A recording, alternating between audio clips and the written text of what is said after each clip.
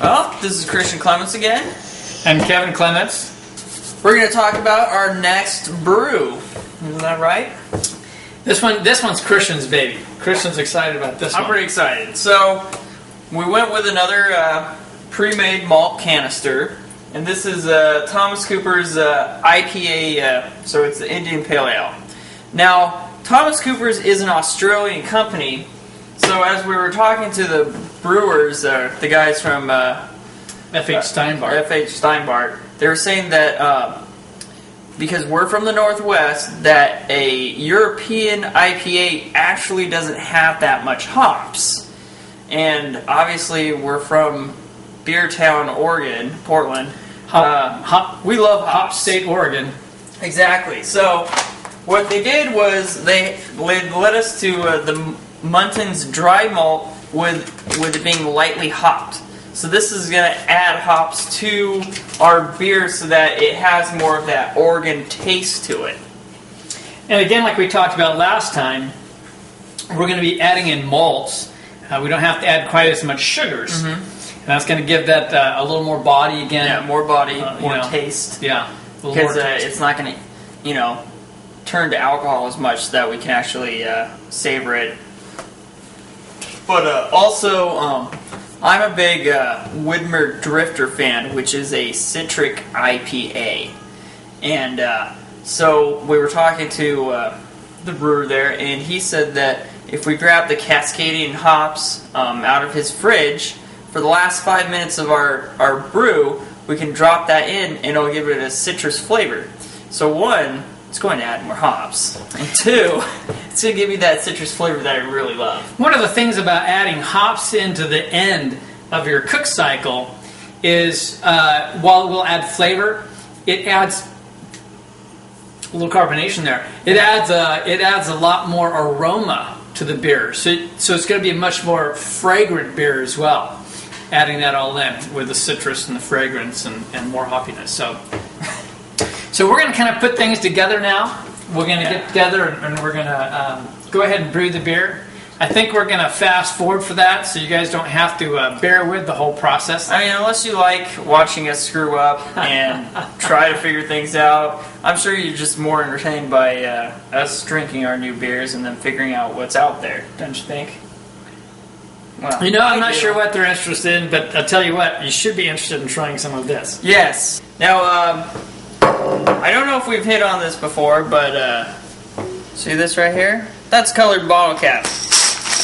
I have blue ones for this IPA. We have the green for the stout. We have blue for the IPA. Remember, grab different colored bottle caps because then you don't have to label everything.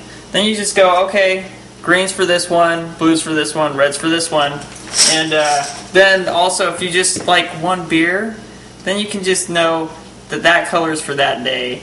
And now you know which ones are aged longer. But another wonderful thing that you can do with your beers is after you've either purchased beers or clean bottles, you have these nice clean bottles, and if you know the labor that goes into cleaning these labels off and preparing them, besides the colored caps, and that's one great way to do it. If you carry a lot of beers, if you keep a lot of beers in stock, you can go to any office supply store and you can get these little red circle dot stickers, and you can put the stickers on and just write a letter or something to also say what's in your beer. Another great way to go.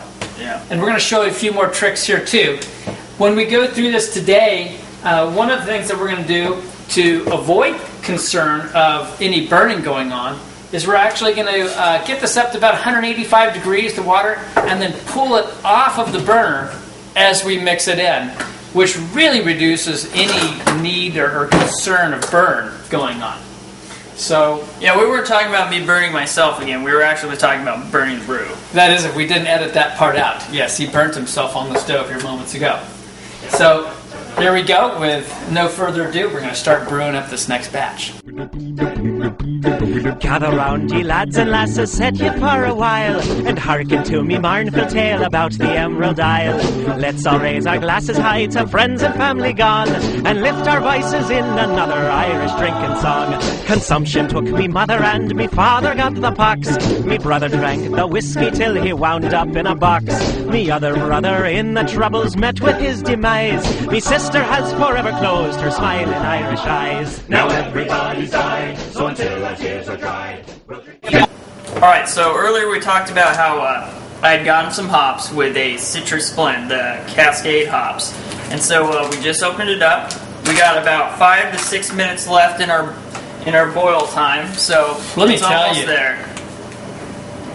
Oh my God, that is so these amazing. are hops that are infused with citrus, so they got grapefruit and everything. The guy talked about how they had how they'd done it, how they do it to get it infused, but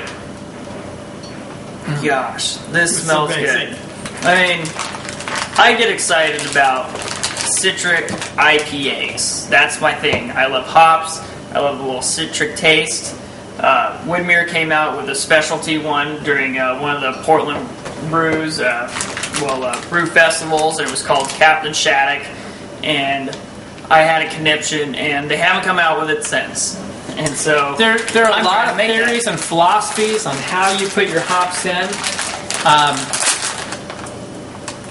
Don't ever do that. There are a lot of theories and philosophies of how you put on the hops. Some say you just put it right in and mix, which is what we're going to do. We have a strainer that's been sanitized. Some actually put it in a bag, but I've heard that when you put it in a bag to seep, you don't get everything that you want. Yeah. We're putting it in for the last 5-6 minutes. The purpose of doing it at the end is this is already an IPA, so we already have hops in there. But this is going to add that extra citrus at the end. By putting it at the end, we're not going to cook it off. Think of a tea. If you overcook a tea, it just it can become bitter. It can add wrong flavor. Now, mind you, hops add the bitter, but in this case, we want that citrus flavor to come through, and we want to ensure that we get a nice bouquet off of this. And bringing it in the last 5 minutes on a beer that's already an IPA is going to allow us to add that nice citrus finish and a nice bouquet, hopefully. And I was a little worried that it wouldn't have enough hops because, like I said, I really like hops. So this way I'll get my last little jolt of hops. I'll get that citrus flavor, and hopefully this is just going to be fantastic. Irish eyes. Now everybody's died, so until our tears are dried, we'll drink and drink and drink and drink, and then we'll drink some more. We'll dance and sing and fight until the early morning light, then we'll throw up, pass out, wake up, and then we'll drink in once again. So we've got we brought everything off the stove, and we strained the hops out. Yeah, we cooled the temperature down, and then got it into our first container. And got the hops sprinkled on. We've got it all sealed up. Not and the hops, the yeast.